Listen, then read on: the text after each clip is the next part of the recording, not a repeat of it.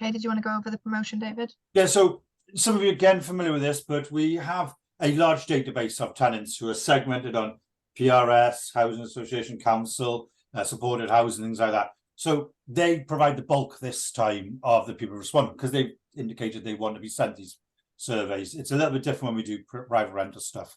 But so it was sent to those tenants, but we also used a lot of social media, Facebook, Instagram, things like that.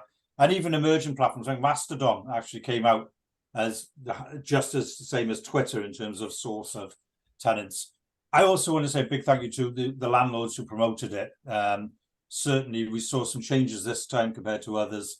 And you can often tell which landlords have promoted it to their tenants and stuff. And we also did a paid advert campaign on Facebook. The reason for that was because we wanted to, again, widen. We know Facebook works really well, targeted adverts.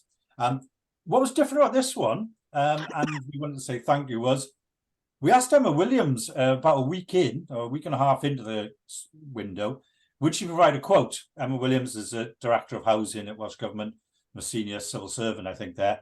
And we used her quote, and it worked really well. The response rate was much, much higher compared to our own copy, which I don't know what that says about us. But we were really grateful to Emma for that. And I think maybe there's something to learn about that, you know, because there was somebody saying, we'd really like your views. So, yeah, that was a bit different today, this time. And in terms of responses, Swansea was the star performer this time. It often changes. Of course, you're going to see those big urban areas. You know, you just look at the sheer size of social housing in someone like Cardiff, Vale of Glamorgan, Swansea. Wrexham still got big council stock there. So they were going to be the highest. And, you know, Ynysmore, Merthyr Tydfil, they've often been, they're a small local authority, you know, in terms of social housing stock. Normally Denbighshire would see a bit higher than that, but yeah, they were the areas. Yeah. So overall, as you can see, we had a total of 881 social housing tenants from all of the 22 local authorities across Wales responding to the survey. And in comparison to last year, we had 353 responses. We had a smaller window last year to get the report finished, but I think there's been some changes this year, which has really impacted our response rate. We're obviously delighted with the additional 528 responses, and it really gave us a richer insight to be able to compare and contrast. We had a real increase in local authority respondents as well, which gave us almost equal ability to compare and contrast housing association tenants with local authority tenants. But just to point out, really, the drastic rise in those respondents could have something to do with how important it is for people to feel heard right now. It's such a difficult time. And we sorry, you want to cover probably this? skip this, but it just shows, again, the differences between local authority tenants and housing association. You see there's big Cardiff housing associations, but then you also see people like Ceredigion and Gwynedd, Pembrokeshire. So at least getting in there away from that M4 corridor of urban areas, you know. Yeah, Swansea came out the highest in a lot of different areas, but we can discuss that further. So well done, Swansea. If you're a housing association or a council, you were our star performer this time. When it came to young people, so under 24s, the joint highest responding areas were Carmarthenshire and Swansea. And when it came to Black ethnic minority responders, they were almost exclusive to the key urban countries along the M4 corridor, as David just said: Newport, Cardiff, Vale of Glamorgan, you know, etc. So this was the survey data, although, yeah, this is right, sorry, because I had a little incident earlier trying to put the data in and I thought I'd done it wrong, but I haven't. So yeah, of the 881 respondents, 51% lived in housing associations, 43% in local authority housing, and the remaining 6%, the majority, were living in supported housing. The increase in the respondents from local authority tenants has increased significantly, as I said, since last year. We had just 23% last year, so real increase. And this response rate is notably higher when comparing it to our standard local authority tenant responses in Tenant Pulse generally. Yeah. And it really just gave us that opportunity to compare and contrast throughout. So these are the different age groups that came that responded, and last year 43% of tenants were over 60. However, as you can see, we've had a broad representation this year from each group, with over a quarter of tenants being under the age of 44, which was really great for us. It was a real insight into different how it impacted people differently, how things all the same. Underrepresented groups, we had a lower representation this year from the BAME community, Black, Asian, minority ethnic backgrounds, which was lower than the national Welsh average population. So we've really recognised how we need to work on this, and we've been working with Oasis to try and increase that response rate. And it's worked, doesn't it? For our next pulse, it's just closed, I think, and that one has got our highest level ever. You know, yeah. And amongst those considering themselves as BAME background, 70% of them were living in housing associations, 20% in local authorities, 5% in supported housing, and 5% other. There was an even distribution between those aged 35 to 44, 45 to 54, and over 64. And the main source of income for those identified as BAME was both equally earned income and universal credit. As you can see, this chart on the slides is people with a disability. So nearly half of respondents consider themselves to have a disability. So we felt like this survey really gave the opportunity for those marginalised groups to have their voices heard. 54% of the tenants who identified as having a disability were living in housing associations, and 43% were living in local authority housing. So a marginal difference considering the group represented almost half of the total respondents. The number of respondents with a disability was actually 15% higher than last year, but it may obviously be a result of the increased numbers of respondents overall. We then looked at tenants' main source of income, and respondents were only able to choose one option. Interestingly, there was a less than 2% difference between the number of tenants whose main source of income came from universal credit or working income, as you can see from the chart.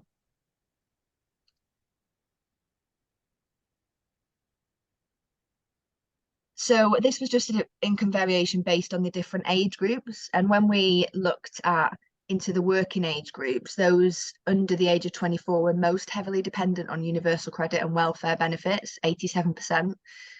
The remaining percentages were training, retirement, or other. As can be seen, those aged between 54 and 64 have the largest deficit, which is due to the main source of income being retirement income. As expected, those aged 65 plus had retirement income as the main source of income, which was in line with our previous responses last year.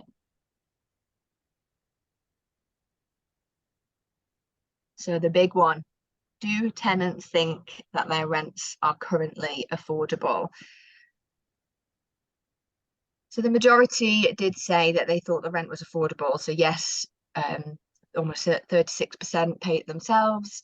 Yes, because it's paid by universal credit, 42%, and almost 22% said no, it's not affordable. So the 22% of tenants felt that their rent wasn't affordable, and last year that was a 31% in our polls, a 9% reduction in the overall response of those reviewing their rent as unaffordable. When I sent this to Welsh Government, they came back and said, I think that the figures are wrong. There's something wrong here. Are you sure there's a 9% reduction? But when we look further, when we look further, before we start, I can see you all jumping for joy in the background. A tenant did say that it's not that the rent is more affordable, it's just everything else is much more expensive. I have friends struggling to survive renting privately, and it just makes me more grateful for what I have. There was a couple of these type of things that we looked at the data, and it was like actually, has it become more affordable, or is just the goalposts moved a little bit, that everything else is just out of control? So you look at your rent as a little bit more stable than everything else in a period of instability. And yeah, there were things coming up around that rent is just something that's not, you can't choose to pay it or not. So it's there and you have to pay it. It's not like food, whereas you can just buy less food and just eat less. Like, your rent is your rent and you have to pay it. It's not negotiable. So that was something that came out. So just to bear that in mind. So who is viewing their rents as affordable or unaffordable? Comparing local authorities and housing association tenants, there were no significant differences. Different age groups varied in their responses, and the highest were tenants aged between 45 and 54, with 31% finding their rent unaffordable. So obviously working age. Interestingly, 41% of this age group relied on universal credit as their main income, yet they still found their rent unaffordable, arguably a consequence of the continuing freezes of local housing allowance. 29% of tenants aged 35 to 44 are finding their rent unaffordable, and this group had the highest number of workers, which aligns with previous research you've probably seen around in work poverty carried out by the JRF. The highest proportion of this age group were also living in Swansea, 43%. So take that back, that pat on the back to David that you gave Swansea earlier. So here's the different age groups. And as mentioned above, there is a notable shift in tenants' perception of their rent affordability, suggesting that fewer tenants are finding their rents unaffordable. Those aged 54 to 64 were the most significantly impacted, with a 14% increase in the percentage of tenants finding their rents affordable. However, as can be seen, that increase is consistent across all of the age groups. So there's that 9%. Can I jump in as well? Yeah. I found when I was looking at the data, both of us worked on this project, was that sort of middle working age, that 35, 45, working, they were the people that were struggling the most, who I would expect to be those families, expect to be those people who are making ends meet. There's, at the other end of the bookends in social housing, some of the youngest people actually receive certain benefits. Some of the older people got more retirement income, and that squeeze felt like it was in the working middle. I don't want to say middle age. Middle working age probably is the best one to use. Those people who were on universal credit as well, and saying it was unaffordable, we realise that that's something that we need to look into deeper, in the sense of the home that people are living in. So are they paying bedroom tax, and is that why they're feeling that their rent is unaffordable? So it's really important to think about that profile and element for tenants. So we did ask tenants if their rents increased, and as expected, the majority of tenants, so 94%, had received that rent increase. However, over half, 55%, felt that it still remained affordable for them. Of the 39% who had received the increase and felt significantly impacted, they were aged between 35 and 64. There was an almost even distribution through those three different age groups. So age 16 plus, 18 to 24. Have a look at the report. Some of the policy people on here, maybe I would say, but in the chat, that 5.8% of people saying the rent didn't increase.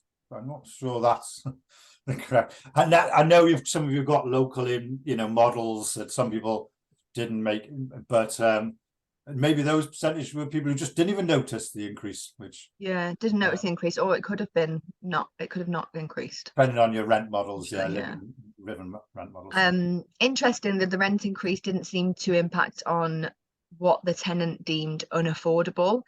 As the previous question highlights, this suggests that the term making ends meet, which we used in the survey, is associated with different levels of expenses. So I think that when we've said yes, this has made it harder to make ends meet, we don't know if that has made people think about all of their expenses rather than just their rent. So we'll think about that for next year's questions. Yeah. Comparisons are based on each different local authority area, etc., or within the report, if you want to have a look. So this was a question that we asked tenants. Was asked to ask. We were told to ask by Welsh Government if they were told about their rent increase before it actually happened. So the majority of tenants, 59%, said that they had. They'd had a letter or an email or face-to-face meeting about that rent increase. 19% confirmed, yes, I was offered more information about the rent increase, but I didn't need this or take up the offer of explanation. And 22% claim no, they didn't have any contact with their landlord regarding the rent this year. When we looked at that in more detail, for those that said that they didn't have contact with their landlords about this rent increase, it was more noticeable for housing association tenants. So 25, almost 26% of housing association tenants compared to 18% of local authority. That was a surprise to me, because often the housing associations you associate with slicker PR and comms departments, but actually local authority tenants scored it a lot higher this year in terms of seeing stuff. So that was a little bit of a surprise. Yeah, and me. There were no significant differences between housing associations and local authorities regarding those that had been informed, and the highest category for saying they did not receive any contacts about the rent increase were tenants identifying as coming from a BAME background. So that was 28%. Tenants with disabilities were in line with the overall response data, so almost 50%. And tenants who had said their current rent was unaffordable in the question, and they'd answered, yes, I was offered more information about the rent increase, but I did not take up the offer or explanation. Those tenants just said they didn't mark anything down as extra information. Do you want to go for this one, David? Okay, yeah. So I just need to move a little bit because I'm behind on your slides. Just lost you. Sorry. Yeah. So as you can see there, what we wanted to know was, did they actually like or get the communications you sent out? And you can see there's a nice percentage of satisfied there and neutral. No one's going to get really excited about, oh my God, that was amazing communications, having been a comms director myself. So that neutral and satisfied together gives a certain amount of comfort, and yes, satisfied as well. So it's just that people who just didn't get it, it goes down to that's about 13% or so. I don't think there was anything notable in there. I'm just looking through the notes now. No, just that if those that were unsatisfied or very unsatisfied, they made up 13% of those that had received no communication from their landlord. So they couldn't really say they were satisfied with the communication because they said they hadn't received it. And of the remaining 8% of those tenants who weren't communicated with, they felt neutral about whether they were or not. So that's important as well, I think. I'm just looking at the data as well. There was a slight bias again towards housing association tenants being a little bit more unsatisfied than, again, local authorities. I don't know why, you just didn't quite hit the mark this time. Yeah, there was of those that weren't satisfied, there were more working tenants. More of the tenants were working that felt unsatisfied and struggling to manage all the costs relating to the home and life. But 100% of the unsatisfied tenants acknowledged that they had received communications in the past question. And so maybe it's that working tenants aren't seeing the letters the same, or a letter's a letter, but how many of them end up behind the door and things like that. I know some of my mail's still there. Yeah. So this question, do tenants know what their rents are spent on? So the purpose of the question was to test previous tenant feedback that emphasised that they were not aware of how their rents were spent. The last rent settlement was 6.5%, And there were sector assurances of greater tenant transparency once that increase happened. Therefore, we wanted to see if landlords have succeeded in communicating what their rent was spent on. So as you can see, the largest proportion, 42% of tenants, weren't aware of what their rent was being spent on. They chose the option no, not aware, and I would like more information on this. And there was a variation between local authorities and housing associations. Housing association tenants, a total of 47% had seen information on what their rents were being spent on, 53% had not, and 53% wanted more information. Amongst the local authority tenants, a total of 34% had seen information on what their rents were being spent on, 66% had not, and 56% wanted more information. They were able to choose numerous. And it's a difficult one, this one, because some people, say, no, I wasn't given information. Yeah, I know comms went out. I was in the Newydd session where they did the rent breakdown and where the money had been spent, and that was well advertised. But comms will never reach everybody, and I think there's an element of we have to. Mel's written in the chat that he was given the rent information yesterday. Yeah, that's great how far though. into the year are we? So yeah. What tenants think their rent should increase by? So we asked tenants, if social landlords do not increase rents, they have less money to spend on services due to high inflation, which drives up the cost of staff and materials, etc. This might mean some services would have to be reduced or cut. The lower the rent rise means the bigger the seriousness of the cuts. Inflation is currently 8%. What do you think rents should rise by? Unsurprisingly, the most popular choice for tenants was a 2% rise, closely followed by a 4% rise. There were no notable differences between local authority tenants and housing association tenants, except from the percentage of tenants who felt that an 8% increase was okay. So 8% of housing association tenants were comfortable with an 8% increase, whilst only 4% of local authority tenants were. That was the only difference between the two. Those most comfortable with a 6 to 8% rise had universal credit as their main source of income. However, 28% of the tenants on retirement income and 27% on working income were also happy with that higher increase between 6 to 8%. Of the respondents that felt 2% was a suitable increase, 43% of them relied on working income as their main source of income, and 36% on universal credit and 15% on retirement income. And I think that's a theme, isn't it, we've had before here, which is the working younger people were looking for lower rises compared to maybe an old retirement income, triple lock pensions, things like that. Yeah, when you say younger though, I think you just mean below retirement, don't you though? Yes, the working, it was that working age, yeah. Working age. Now, I know some people will take this with a pinch of salt. We do. No one's going to vote for large increases. What we did do, and as Elizabeth read out, was purposely frame it to show that relationship between rent rises and services. There is a relationship. We can't get away from that. A 0% rise would mean significant slash and burn. And so I think we did try and frame that right with the tenants.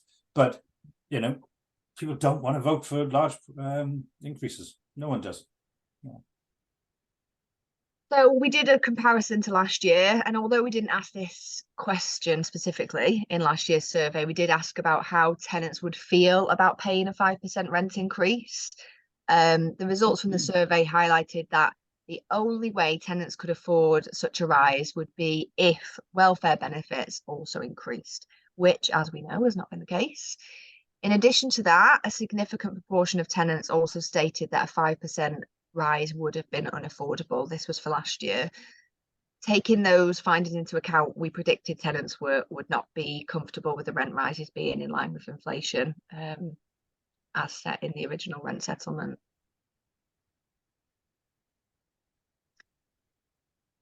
So, were those tenants in financial hardship supported? So we asked tenants, in addition to keeping the rent below inflation, for tenants experiencing financial hardship, social landlords agreed to help tenants access support. If you were experiencing financial hardship, did your landlord offer or help you to access support? We gave them the opportunity, if they weren't experiencing financial hardship, to skip that question.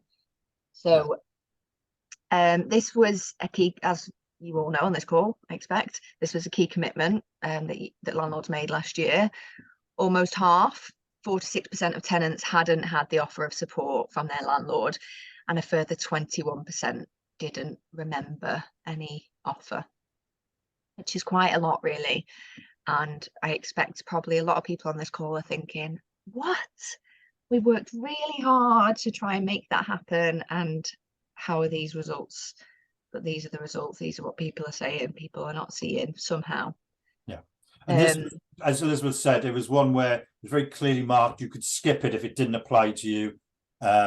I was a bit disappointed in this figure, and I know, like I say, others will be. So we looked at tenant demographic in a little bit more detail on this question to see if there were any differences. There was a large percentage of local authority tenants who missed the offer compared to housing association tenants.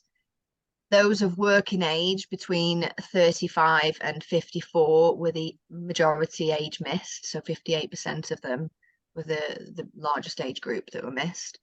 Younger people answering no at a higher percentage than their representation, so as in younger people between the ages of 16 plus to 35. And nothing significant noted for those who responded to as having a disability or an ethnically diverse background, in line with the whole response group. So it was. Again, and what about service charges? So we asked, where your landlord maintains communal areas or undertakes additional services such as maintaining communal gardens, they may charge you a separate service charge in addition to your rent. If you pay separate service charges, do you know what your services you pay for? So again, we had the option to skip if you didn't pay service charges. Just to note, last year we focused solely on rent, but there was a feeling that service charge inflation, affordability and transparency went hand in hand with the rent challenge, and that was a lot of the feedback that we had, especially from tenants. It's okay to, what came out of the last survey was comments around, yeah, the rent's affordable, but I can't afford my service charges. So amongst all of the respondents, only 55% paid service charges. And of those who do pay service charges, 41% knew what they were paying for, and 11% wanted to know more about what they were paying for. 4% had no interest in knowing more. And of the 41% who understood what their service charges were for, 75% of those were from housing association tenants, and 22% were local authority tenants. 4% were supported housing tenants. So in that respect, I say the housing associations, I think, it communicates service charges maybe a bit more successfully this time than local authorities. So did people think that those increases were reasonable, those service charge increases? Almost half of the respondents felt that the amount that was increased was reasonable. And the main source of income for these tenants was varied, with 43% on universal credit, 28% retirement income and 22% earned income. Again, reflecting that difficulty for those on earned income. 21% had no idea if it had been increased or not, and 27% felt it increased by an unreasonable amount. The 27% that felt that it would increase by an unreasonable amount was made up equally of tenants receiving universal credit and working income, so 32% in each category, and 32% in retirement income. How bizarre, but yeah, 32% across the board. Yeah. And the remaining 4% was student income. When comparing local authorities and housing associations, the majority of those that felt that it was unreasonable were living in housing associations, so 78% of them. That being said, the same group felt that they had a thorough understanding of the service charges. I did wonder about this when I looked at the data on this, was housing associations communicated the charges better, but then had a higher amount of people who thought it was unreasonable. Is that the downside of actually being better at comms? This you sometimes get a more negative comment feedback on it. I don't know. Yeah, I mean, I don't know if maybe it's just a different charge. Maybe it's more. So what else do tenants think about the rent? So we wanted to give tenants an opportunity to share anything else about their rents that we hadn't given them opportunity to share throughout, because throughout the whole survey we didn't leave comments boxes, mainly because that analysis takes a really, really long time. So we did give people an opportunity to share their main concerns that we hadn't covered. And the main theme that came out, which always comes out, was repairs and maintenance. There was a clear frustration amongst tenants about their annual increases in their rents, but the increase in repairs and maintenance hadn't improved. No. As someone said here, I pay my rent each month, but it would seem the council struggled to do maintenance and upkeep of the property, including mold issues reported in January. Absolutely disgusting, with a lack of care and communication the council deliver. And there was a clear frustration amongst tenants about the cost of living crisis and the impact that was having on full-time workers. So life in general is getting more expensive with everything going up, like basic amenities, electric, food, water, as well as transport, telecommunications. So increases in rents and services makes living hard for those who are on a fixed income. So what are our recommendations based on the findings in this report? Of course, there's more work is needed to communicate and engage tenants with rent and service charges during these challenging times. To do that, the sector need communication and engagement professionals to be challenged and resourced, for resources to go further than they have before in reaching tenants to explain rent changes and how rent is being used. Number 3, we need to continue to invest in support for those struggling, particularly the self-payers, people who are working, who are in that middle period of working age, so between 34 and 55. The sector needs better insight into their profiles and challenges, and who else is reliant on them, so their families, etc. If that household has got a larger family, then they're going to be struggling more. So that better targeting on support can take place.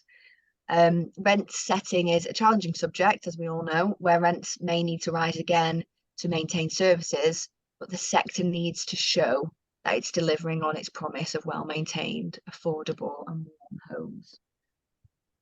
So we do do a prize draw. We run a prize draw at the end of every Tenant Pulse. So we share a copy of the report with all tenants who asked for it. We update Welsh Government, and we formally reply to, that was for the other one, isn't it? We formally reply to the consultation. Yeah. And then we usually put on here congratulations to whoever's won the prize draw, but we haven't done it this time in time, so we will be doing that by tomorrow. We will also be launching the report tomorrow on the website, so please keep an eye out. Does anybody have any questions? I've been like blah, blah, blah, blah, blah. So is anybody any questions at the end of my blah, blah, blah? Any surprises? Anything you agree, disagree with in terms of what you see locally?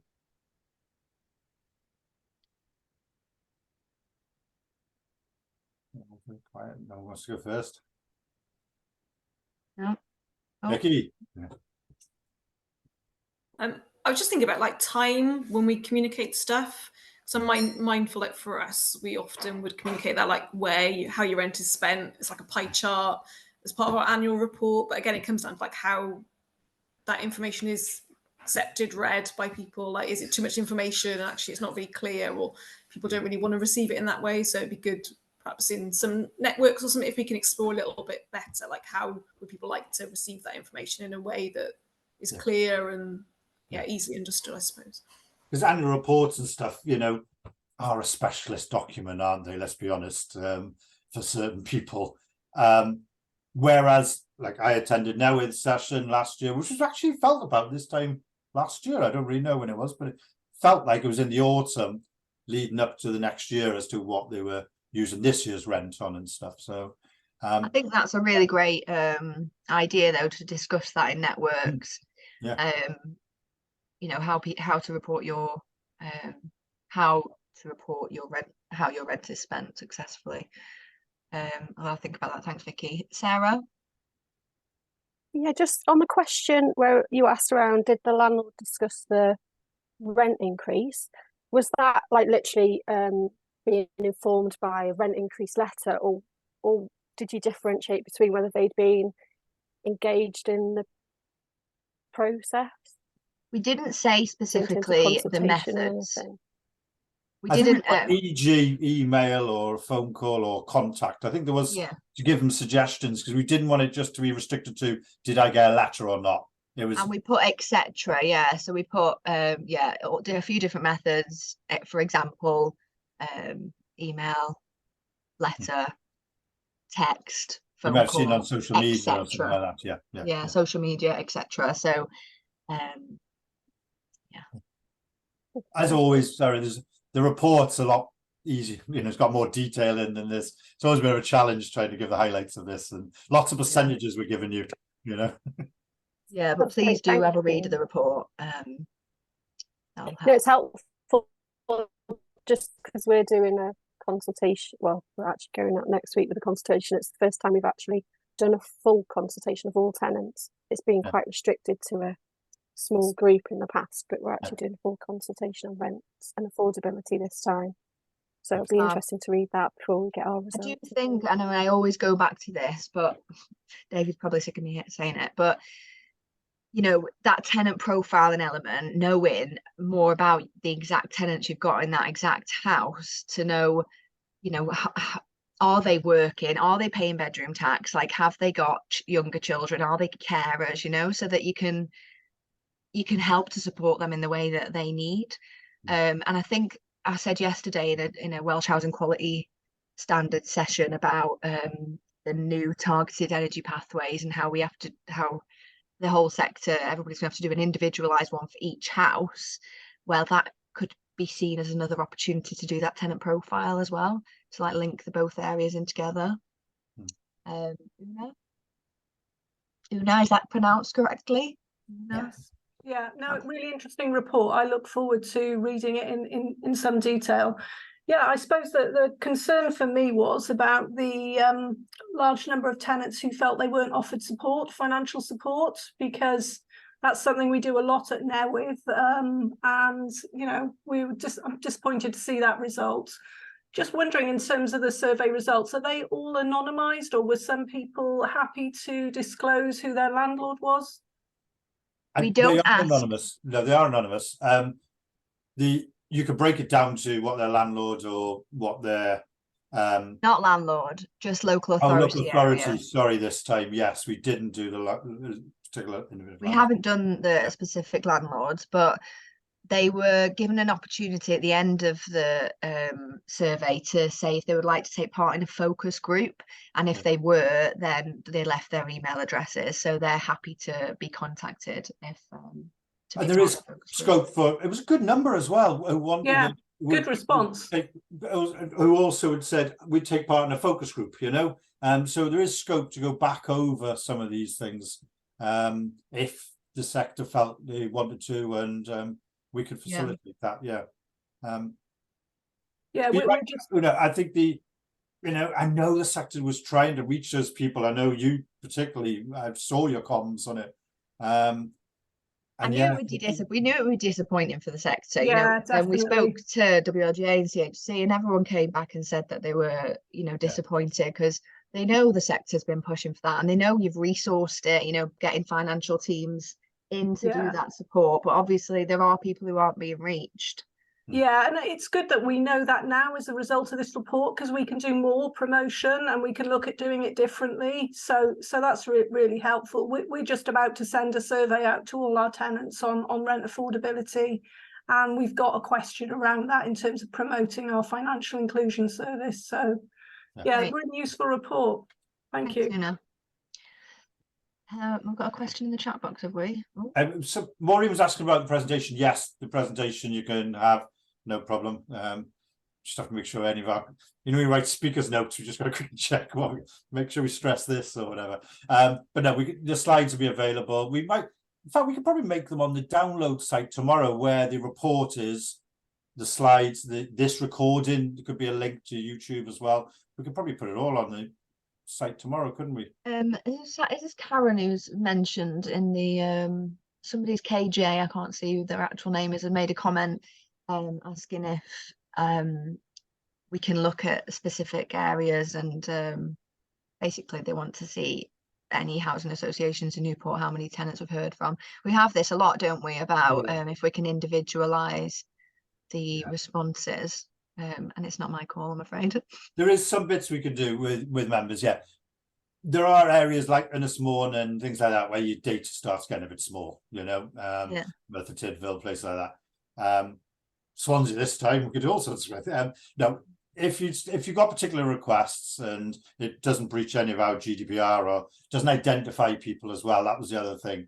Just drop us an email. Yeah, we had some comments before from somebody ethnically diverse who was concerned about being identifiable by just being in a smaller group and things like that, you know. So yeah, let us know, and if we can do it, we will, you know. Yeah, I'll just put my email in the chat in case you've not got it, and then you can, because we are keen as well to share this information further. So if anybody, you know, would like us to share that through online promotion or with any of our members, please do let us know. And I think Ria's put in the comments as well there, you know, again, developed a new suite of cost of living support comms, and it was quite extensive. And again, probably that little bit of disappointment that it didn't. And that's exactly what CHC came back to us with, is that they felt really disappointed to see that they saw the comms that were going out, they knew people were really invested in this, and it's really disappointing to know that it's not reaching where they would like it to. Una? Just coming back to one of David's points earlier on in the session, when you were talking about you haven't had a great response from ethnic minority tenants in the past when you're doing your pulse surveys. And David, you said that actually recently on the last survey, you've had a much better response because you've been working with, do you say Oasis? Yes, and a number of others. So Eleanor on the team has taken this quite personally, which is good, you know, and she's like, no, we've got to solve this.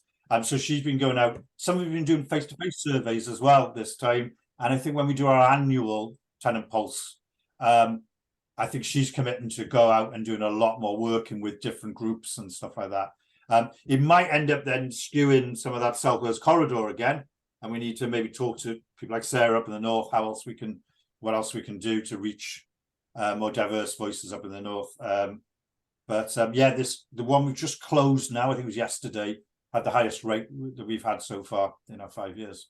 That's really good to see that progress. And yeah, if there's any learning from that, I'm sure we'd be grateful in terms of reaching those groups. I think we're going to do a session on it as well. We are looking at doing a comms session on how we can you can diversify your own surveys, etc. Just wanted to come back to KJ, whoever that is, so they said, is Welsh Government placed any requirements on us? Or the only requirements they asked was to look at different local authority areas. So we can filter based on Newport specifically, but we can't filter based on just Pobble or Newport City Homes, whoever is in Newport. So we have a bit of a balance of how many questions we ask. You know yourself, anyone who's a survey, the more you ask, the lower response rate. And we've kept local authority, but we dropped all the which landlord are you? I think the way that Welsh Government see it is they are social landlords. So they actually came back to us because they weren't keen on the wording that we had in terms of housing association tenant and local authority tenant. But that's just because that's how we do our membership. It's housing association tenant, local authority tenant, whereas they just said it's social landlords. They're just RSLs or council tenants, I think that they said, but it's just more confusing, isn't it? I think it's important to look at the differences, because I know some of the, local authority members here, they sometimes, I've got a real battle to get hold of the comms people, to get in the comms agendas. And I think it's really interesting to see what the differences are sometimes, you know. Sometimes they don't have access to the same social media as housing associations do, or turnaround speeds. So I like polling and asking that question just to see the differences. Yeah, so as we said, thanks from Karen. The reports will be launched tomorrow. So you can read the report then, and the executive summary will be in there, so you can share that with the teams in your organizations. And as I said before, we are keen to talk more about the report if you think it will be useful. So please do let us know if you have any requests to do so. I think, has anybody else got any final questions? Because we have amazingly finished in time with David Wilton on this call. That is a miracle. I think we should all clap for that. Okay, well, thank you all then. Thank you all for your time, and I hope that has been useful. Thanks for all your support in this. It really makes a difference. Yeah. Thank you. Thank you. Thanks so much.